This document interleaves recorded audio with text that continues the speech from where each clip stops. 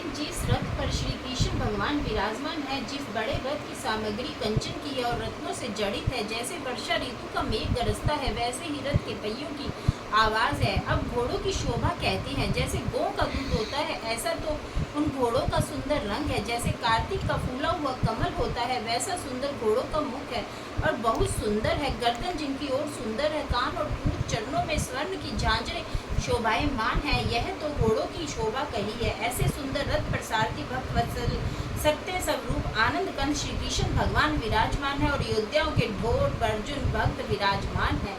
तीनों ने दिव्य शंख बजाए। प्रथम श्री कृष्ण भगवान ने अपना पांचजन्य नामक शंख बजाया और देवदत्त नामक शंख अर्जुन ने और पौंड नामक शंख भीमसेन ने बजाया। भीमसेन कैसा है, जिसका उदर और कमर बड़ी है। अनंत विजय नामक शंख कुंती पुत्र राजा युधिष्ठिर ने, सुघोष नामक शंख नकुल ने और मणिपुष्प नामक शंख सहदेव ने बजाया। बड़े धनुष के धारण करने वाले काशी के राजा ने भी अपना शंख बजाया और महारथी शिखंडी ने भी अपना शंख बजाया। धृष्टद्युम्न ने शंख बजाया और राजा विराट ने भी बजाया।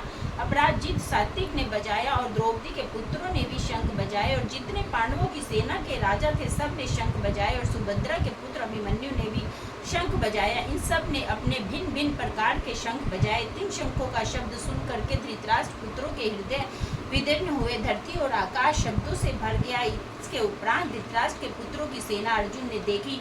जब दोनों ओर की सेना के शस्त्र चलने को हुए, तब अपना धनुष सिर पर फेर कर अर्जुन हंसी श्री कृष्ण भगवान से बोले कि हे अच्युत अविनाशी पुरुष, मेरा रथ दोनों सेनाओं के बीच में ले जाकर खड़ा करो, तब देखो हमारे साथ युद्ध करने को कौन कौन आए हैं। संजय राजा धृतराष्ट्र से बोला, हे राजा द्वेषी के हृषिकेश श्री कृष्ण भगवान से अर्जुन ने यह वचन कहे। तब भगवत श्री गोविंद ने अर्जुन के रथ को हाँक कर दोनों सेनाओं के बीच में ले जाकर उसे द्रोणाचार्य के सन्मुख खड़ा किया। भीष्म और द्रोणाचार्य की दाई बाई और सब भी योद्धा थे। तब श्री कृष्ण भगवान अर्जुन से बोले, हे अर्जुन, तेरा रथ मैंने कौरवों की सेना के सन्मुख खड़ा किया है, तू इनको देख। तब अर्जुन ने कौरवों की सेना में जो योद्धा देखे, सौ कौन है योद्धा देखें। पिता में है गुरु, मातुल पुत्र पौत्र सखा ससुर मित्र देखे। उन दोनों सेनाओं में अपने ही कुटुंबियों को देखकर अर्जुन के मन में दया उपजी। तब अर्जुन श्री कृष्ण भगवान से बोले, भगवान, इस सेना में मैंने अपने सभी भाई बंधु और सज्जन ही देखे हैं। जो योद्धा रण में आए हैं उनको देखकर मेरा शरीर बहुत दुख पाता है। मेरा मुख सूख गया है और शरीर से में पसीना आ गया है। मेरे रोंगटे खड़े हो गए हैं। गांडी धनुष मेरे हाथ से गिर रहा है और त्वचा जल उठी है। मैं खड़ा भी नहीं हो सकता और मेरा मन भी भ्रम में पड़ गया है। हे केशव, शकुन भी बुरे देखता हूँ और मैं ऐसा भी नहीं समझता कि मैं विपरीत बुद्धि हूँ। हे केशव, इस युद्ध में भाइयों के मारने से मैं अपना कल्याण नहीं देखता। हे श्री कृष्ण, मैं अपनी जय भी नहीं चाहता और मुझको श्री की इच्छा भी नहीं है और न मुख सुख की आकांक्षा ही है। हे गोविंद, वह राज किस काम का और वे राज के भोग किस काम के, जिनके निमित्त राज है। मुझे उन्हीं कुटुंब के लोगों को मारकर राज मिलेगा। हे सभी ये सभी कुटुंब के योद्धा लोग एकत्र हुए, प्राण और धन त्याग कर युद्ध के निमित्त खड़े हैं। सो यह कौन है? गुरु, पितामह है, ताए, मौसे, ससुर, पुत्र, पौत्र, साले कुटुंबी है। हे मधुसूदन, इनके मारने की मुझको इच्छा नहीं है। इन पर मुझको बहुत दया आती है। हे धरती के धारण हारे श्री कृष्ण भगवान, मैं इनको मार कर त्रिलोकी का राज पाऊं तो भी मैं नया मारूंगा। भूमि के राज की तो बात ही क्या है। हे जनार्दन, धृतराष्ट्र के पुत्रों को मारने से तो हमारा कल्याण नहीं, इनके मारने से बड़ा पाप लगेगा। यद्यपि ये महापापी हैं तो भी मैं इन्हें नहीं मारूंगा। यह सभी पूज्य योग्य हैं और भेंट करने योग्य है, मैं इनको नहीं मारूंगा। हे माधव, सज्जन भाई बंधु कुटुंब, इनको मारने से हमको सुख और मुक्ति कहाँ। यद्यपि राज के लोभ में इनकी बुद्धि अंधी हो गई है। ये धृतराष्ट्र के पुत्र कुल को नष्ट करने से उत्पन्न होने वाले दोषों और मित्र के साथ कपट करने से होने को नहीं समझते। सो क्या इनकी तरह से मैं भी होने वाले दोषों को नहीं समझता। कुल नष्ट होने से जो पाप उपजते हैं उन पापों को मैं भली भांति जानता हूँ। अब कुल के नष्ट होने से जो पाप उपजते हैं उन पापों को अर्जुन भली भांति कहते हैं। ये जनार्दन, कुल का नाश करने से कुल के जो पुरातन धर्म संस्कार चले आए हैं उनका भी नाश होता है। कुल धर्म के नष्ट होने से कुल की स्त्रियां दुराचारणी हो जाती हैं। 3 स्त्रियों के वर्ण शंकर संतान उपजती हैं। प्राय पुरुष की संतान को वर्ण शंकर कहते हैं, परंतु जब वर्ण शंकर संतान भई तो तब पिंड और जल पितरों को पहुँचने से रह जाएगा तो पितर स्वर्ग से गिर पड़ेंगे। यदुवंशियों में श्रेष्ठ श्री कृष्ण भगवान जी, जिसने कुल को नष्ट किया, जिसने उसने इतने पाप किए हैं, सो सब पाप कुल के नष्ट करने हारे से सिर पर होता है। फिर वह मनुष्य उन पापों का फल क्या भावे जो प्राणी सदा नरक भोगता है। न्याय शास्त्र में मैंने यह श्रवण किया है। अब अर्जुन पछताता है और हाथ जोड़कर अपना सिर फेर कर कहता है, हाँ हाँ हाँ, देखो भाई, मैंने कैसा पाप का उपक्रम किया था। अब मैं अपने हाथ से शस्त्र नहीं पकड़ूंगा और धृतराष्ट्र के पुत्रों के हाथ में शस्त्र होंगे और मैं उनके सन्मुख हो जाऊंगा। वह मुझको मारेंगे, इससे मेरा कल्याण होगा। संजय धृतराष्ट्र से कहता है, राजन, अर्जुन ने यह बात कहकर धनुष बाण हाथ से छोड़ दिया और शोक के समुद्र में निमग्न मूर्छा होकर गिर पड़े। इति श्रीमद्भागवत गीता उपनिषदु ब्रह्म विद्या योग शास्त्रे श्री कृष्ण अर्जुन संवादे विषाद योगो नाम प्रथमोध्याय समाप्तम। प्रथम अध्याय हमारा समाप्त हो गया है और उसके बाद हम पढ़ेंगे प्रथम अध्याय का महात्म्य, जो भी हमें जरूर पढ़ना चाहिए। एक समय कैलाश पर्वत पर महादेव और पार्वती जी की गोष्ठी हुई। पार्वती जी ने पूछा, हे महादेव जी, आप ऐसे किस ज्ञान से पवित्र हैं जिससे संसार के लोग आपको शिव करके पूछते हैं? आप मृगछाला ओढ़े, अंगों में मसानों की विभूति लगाए और गले में मुंडों की माला पहने हैं, उनमें तो कोई भी पवित्र नहीं है। मुझे यह ज्ञान बताओ। श्री महादेव जी बोले, हे पार्वती, मैं गीता ज्ञान से पवित्र हूँ, जिससे मुझे बाहर से हुए कर्म नहीं व्यापते। पार्वती जी ने पूछा, जिस गीता ज्ञान की आप स्तुति करते हैं, इसके श्रवण करने से कोई तीर्थार्थ भी हुआ है? महादेव जी बोले, हे पार्वती, इस ज्ञान से बहुत जीव तीर्थार्थ हुए हैं, जो आगे भी होंगे। मैं तुम्हें एक पुरातन कथा कहता हूँ, श्रवण करो। एक समय पाताल लोक में भगवान विष्णु शेष शैया पर नैन मूंदकर आनंद में मगन थे।